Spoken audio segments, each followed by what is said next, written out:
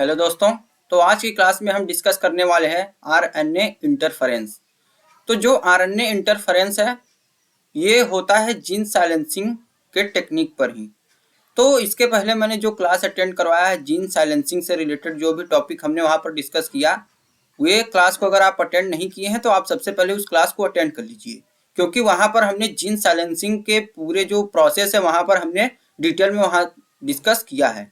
तो जो आरएनए आई है या फिर आरएनए इंटरफेरेंस है, ये भी पोस्ट ट्रांसक्रिप्शन लेवल पर जीन साइलेंसिंग करने का एक टेक्निक है।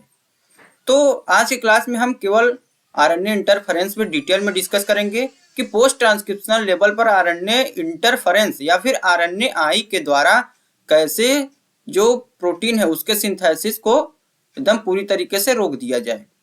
तो यहाँ पर मैं एक बार फिर से जीन साइलेंसिंग के डिफिनीशन को बताना चाहूँगा कि जीन साइलेंसिंग का मतलब आप ये समझिए कि जो भी कोई जीन है उसके प्रोटीन को सिंथेसाइज न कर देना, मतलब कि जो भी उसमें इंफॉर्मेशन है उसके अकॉर्डिंग जो वे जीन है वे जो प्रोटीन की सिंथेसाइज करती है उसके सिंथेसाइज प्रोसेस को पूरी तरीके से रेगुलेट कर देना या फिर स्टॉप कर देना। तो यही होता है जीन साइलेंसिंग। तो आज का जो टॉपिक है वो है आरएनए इंटरफेरेंस, और ये RNA interference post transcriptional level पर ये टेक्निक का यूज होता है। तो आइए हम आरएनए इंटरफेरेंस में देखें कि क्या क्या प्रोसेस इन्वॉल्व होते हैं इसमें। तो सबसे पहले हम देखेंगे कि जो आरएनए आई है इसे पोस्ट ट्रांसक्रिप्शनल जीन साइलेंसिंग से भी डिफाइन कर सकते हैं, क्योंकि ये जो आरएनए इंटरफेरेंस है पोस्ट ट्रांसक्रिप्शनल लेवल पर ही जीन को साइलेंसिंग करने के लिए यूज होता है। जीन साइलेंसिंग का मतलब आप सीधा समझिए कि जीन के द्वारा जो प्रोटीन की सिंथेसाइज हो रही है उसके पूरे प्रोसेस को स्टॉप कर देना। Gene silencing is a conserved biologically response to double standard RNA that mediated resistance to both endogenous parasites and exogenous parasites या फिर pathogenic and regulate the expression of protein coding sequence. जो RNA interference है ये endogenous parasites या फिर exogenous pathogen, चाहे अंदर के जब भी कोई पैथोजन हो या फिर सेल के बाहर के पैथोजन हो, उनके जो एमआरएनए है उनके बीच एक रेजिस्टेंस को या फिर प्रतिरोध को क्रिएट कर देता है, जिसकी वजह से जो उसका एमआरएनए है जो भी पैथोजन है या फिर डिजीज है उनका जो एमआरएनए है वे एमआरएनए प्रोटीन की सिंथेसाइज नहीं कर पाता। आरएनए इंटरफेरेंस यही है। आरएनए इंटरफेरेंस जो भी इंडोजीनियस पैरासाइट या फिर एक्सोजीनियस पैरासाइट्स, इन दोनों चाहे कोई भी पैरासाइट्स हो, इंडोजीनियस हो या फिर एक्सोजीनियस पैरासाइट्स हो, उनके एमआरएनए के सामने जस्ट एक रेजिस्टेंस को क्रिएट कर देता है और यही रेजिस्टेंस या फिर प्रतिरोध को क्रिएट कर देता है, और ये प्रतिरोध एमआरएनए से प्रोटीन के फॉर्मेशन को पूरी तरीके से रोक देता है। तो यही है आरएनए इंटरफेरेंस। तो आइए देखिए इस प्रोसेस को किसने सबसे पहले डेवलप किया। In 1998 the American scientist Andrew Fire and Craig Mello publish this discovery of a mechanism that can degrade mRNA. तो जो 1998 में American scientist Andrew Fire and Craig Mello ने ये जो प्रोसेस है आरएनए इंटरफेरेंस का इसको डिस्क्राइब्ड किया या फिर खोजा। और ये जो आरएनए इंटरफेरेंस है इसके पूरे मैकेनिज्म में आप समझिए कि इसके पूरे मैकेनिज्म में केवल जो एमआरएनए होता है उसी को पूरी तरीके से डिग्रेड कर दिया जाता है। आरएनए इंटरफेरेंस के मैकेनिज्म में जो एमआरएनए होता है, टारगेटेड एमआरएनए होता है, उसको पूरी तरीके से डिग्रेड कर दिया जाता है। This mechanism RNA interference is activated when RNA molecule occur as double strand pair in cell।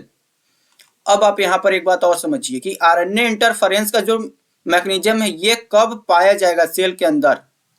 ये सेल के अंदर तभी पाया जाएगा जब जो RNA interference activated when RNA molecule occur as double standard pair. जो आरएनए मॉलिक्यूल है जब ये डबल स्टैंडर्ड के पेयर में प्रेजेंट होंगे सेल के अंदर, तभी ये आरएनए इंटरफेरेंस का जो मैकेनिज्म है ये पूरी तरीके से एक्टिव होगा। किसके प्रेजेंस में? mRNA के डबल पेयरिंग के प्रेजेंस में, जब mRNA का जो mRNA मॉलिक्यूल है ये जब प्रेजेंट होंगे डबल पेयर में, कहां पर? सेल में। और कौन सी सेल में? ये सबसे बहुत इंपॉर्टेंट बात है, यूकैरियोटिक सेल में। ये जो मैकेनिज्म है ये यूकैरियोटिक सेल में ही प्रेजेंट होता है, आरएनए इंटरफेरेंस। तो यहाँ पर आपने देखा कि आरएनए इंटरफेरेंस के किसने सबसे पहले डिस्कवर किया, और इसके कुछ मैकेनिज्म को देखा कि ये कब एक्टिव होता है, और इसके कुछ मतलब को समझा कि आरएनए इंटरफेरेंस क्या है और ये कब एक्टिव होता है, और ये किसके बीच प्रतिरोध को क्रिएट करता है या फिर रेजिस्टेंस को क्रिएट करता है, किसके बीच। तो अब हम देखेंगे इसके प्रोसेस में, किसके मैकेनिज्म में, इसको फिगर के थ्रू समझेंगे कि ये सेल के अंदर जो आरएनए इंटरफेरेंस का पूरा प्रोसेस है ये कैसे एक्टिव होता है और कैसे इनका वर्क जो है पूरा आरएनए इंटरफेरेंस का ये कंप्लीट होता है।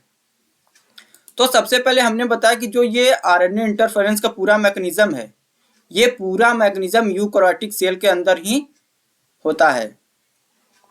तो यूकैरियोटिक सेल के अंदर अगर कोई भी इंडोजीनियस या फिर एक्सोजीनियस पैथोजन अगर उसमें डिजीज कॉज किया है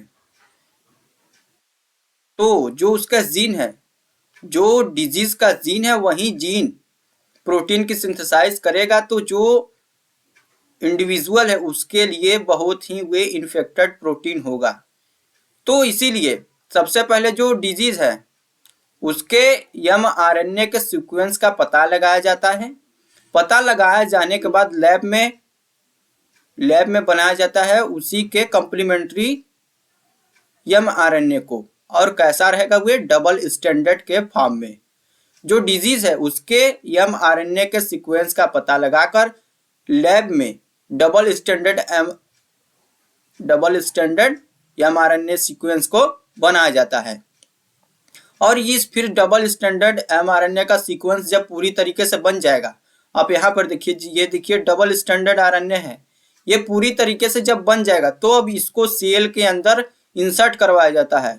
तो ये जब सेल के अंदर इंसर्ट होगा तो यहाँ पर आप देखिए बहुत ही इंपॉर्टेंट पॉइंट चलने जा रहा है, आप इसको बहुत ध्यान से समझिए कि ये देखिए अब लैब में ये एक डबल स्टैंडर्ड आरएनए का फॉर्मेशन हो चुका है। किसके अकॉर्डिंग? जो डिजीज का mRNA है उसके सीक्वेंस को जानकर या फिर उसके सीक्वेंस को पता लगाकर पहचान कर उसी के कॉम्प्लीमेंट्री mRNA डबल स्टैंडर्ड के फॉर्म में लैब में तैयार किया जाता है। और जब ये तैयार हो जाएगा तो इसको सेल के अंदर इंसर्ट करवाएंगे। तो इंसर्ट करवाने के बाद क्या होगा कि ये जो डबल स्टैंडर्ड आरएनए था अब इससे डाइसर एक प्रोटीन होती है ये जाकर बाइंड हो जाएगी, और ये डाइसर बहुत ही इंपॉर्टेंट होता है आरएनए इंटरफेरेंस के मैकेनिज्म में। तो देखिए कैसे इंपॉर्टेंट होता है। ये जो डाइसर प्रोटीन है ये डबल स्टैंडर्ड जो लैब में बनाया गया है डबल स्टैंडर्ड आरएनए उस पर जाकर बाइंड हो जाएगा। अब बाइंड होने के बाद ये देखिए जो डाइसर प्रोटीन है ये जब बाइंड हो जाएगा, यहाँ पर आप देखिए फिगर में ये बाइंड हो गया। यहाँ पर बाइंड होने के बाद देखिए यहाँ पर इसको जो डबल स्टैंडर्ड आरएनए है इसको ब्रेक कर दिया, मतलब कि तोड़ दिया। तोड़ने के बाद देखिए यहाँ पर siRNA बन गया। तो siRNA का यहाँ पर फॉर्मेशन पूरी तरीके से हो चुका है। और जब ये जो डबल स्टैंडर्ड आरएनए है ये जब टूट जाएंगे तो एक पार्ट इसका कहलाएगा पैसेज आरएनए और दूसरा इसका कॉम्प्लीमेंट्री आरएनए है वे एंटीसेंस आरएनए से रिप्रेजेंट करेंगे हम। तो यहाँ पर आपने देखा कि siRNA का पूरी तरीके से फॉर्मेशन हो चुका है। तो siRNA का जब सेल में फॉर्मेशन हो चुका है तो फिर अब आइए जो डिजीज है उसके mRNA पे। तो जो डिजीज काज हुआ है तो फिर देखिए उसका जो डीएनए है डीएनए से mRNA बनेगा, फिर mRNA फिर बनेगा। तो फिर जो siRNA है ये siRNA डिजीज के mRNA से जाकर बाइंड होगा। और ये कैसे बाइंड होगा? जो रिस्क प्रोटीन है, रिस्क प्रोटीन ही जो siRNA है और जो डिजीज का mRNA है और siRNA है इस दोनों को आपस में बाइंडिंग करवा देगा। रिस्क प्रोटीन, ये बहुत याद रखिए आप कि जो रिस्क प्रोटीन है यही बाइंड करवाएगा डिजीज के mRNA से और siRNA को। जब ये दोनों बाइंड हो जाएंगे, बाइंड होने के बाद रिस्क प्रोटीन ही ये जो mRNA है इसको पूरी तरीके से ब्रेक डाउन कर देगा। Breaking off the target mRNA। अब यहाँ पर जो आरएनए था उसका पूरी तरीके से ब्रेक डाउन हो चुका है। ब्रेक डाउन होने के वजह से जो डिजीज का mRNA था वह पूरी तरीके से टूट चुका है। टूटने के वजह से ही जो डिजीज का mRNA है वे प्रोटीन को सिंथेसाइज नहीं कर पाएगा। तो ये ही प्रोसेस आरएनए इंटरफेरेंस के अकॉर्डिंग आता है। तो आपने फिगर के थ्रू भी समझ लिया कि ये जो आरएनए इंटरफेरेंस का पूरा मैकेनिज्म है ये सेल के अंदर, यूकैरियोटिक सेल के अंदर कैसे पूरी तरीके से कंप्लीट होता है। तो अब इसके कुछ सीक्वेंस को समझिए। तो mRNA, shRNA और siRNA। mi का मतलब माइक्रो आरएनए, sh का मतलब शॉर्ट हेयरपिन आरएनए, si का मतलब स्मॉल इंटरफेयरिंग आरएनए। ये जो तीनों आरएनए है ये कंपोनेंट है RNAi पैथवे का, मतलब कि आरएनए इंटरफेरेंस पैथवे का ही ये जो miRNA, shRNA एंड siRNA ये तीनों ही कंपोनेंट है RNAi पैथवे का। तो RNAi is a natural cellular mechanism that inhibit gene expression. तो ये बहुत ही सिंपल सा डिफिनीशन है RNAi के लिए।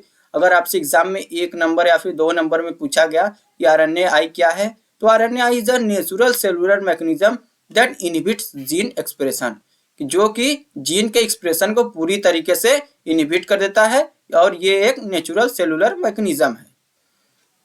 तो अब देखिए इसका जो हमने अभी बताया कि एग्जाम्पल रूट नोट नेमाटोड, यही एक नेमाटोड है जो कि टोबैको प्लांट को काज करता है, डिजीज कॉज करता है।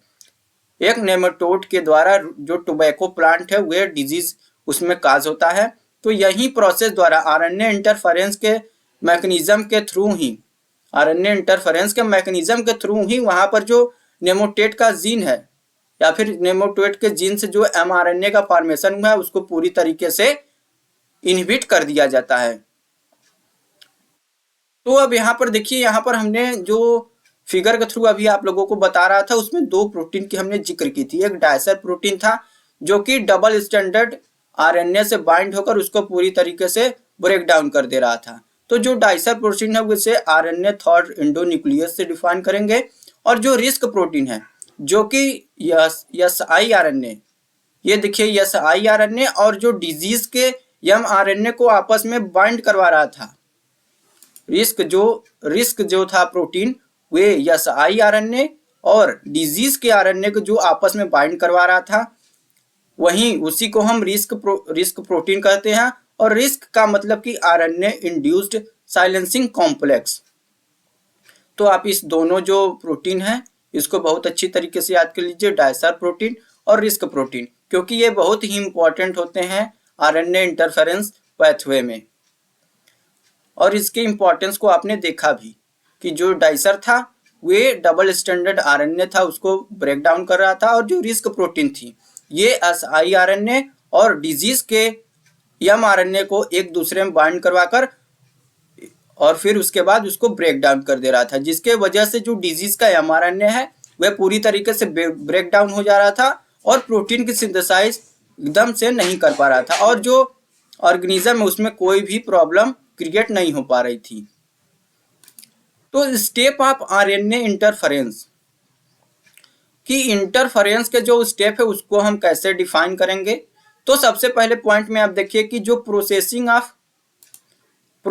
Of long double standard RNA by RNA third dicer into small interfering RNA siRNA।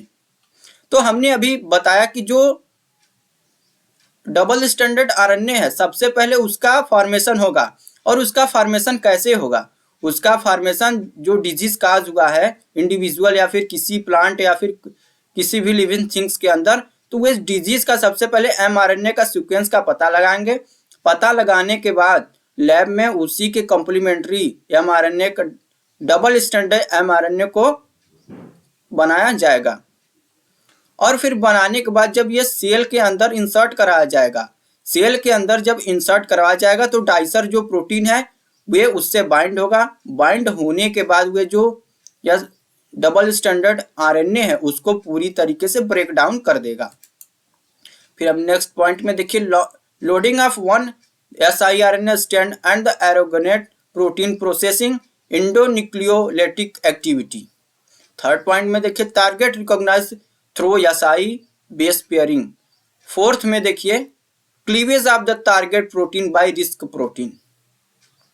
तो यहाँ पर इसका पूरा मतलब एक बार फिर से आप लोग समझ लीजिए कि हमने अभी बताया कि आरएनए इंटरफेरेंस जो पाथवे है वे प्रोटीन को सिंथेसिस को पूरी तरीके से इनहिबिट कर देता है, या फिर इसको जीन साइलेंसिंग ट्रांसक्रिप्शन लेवल पर आप समझ सकते हैं।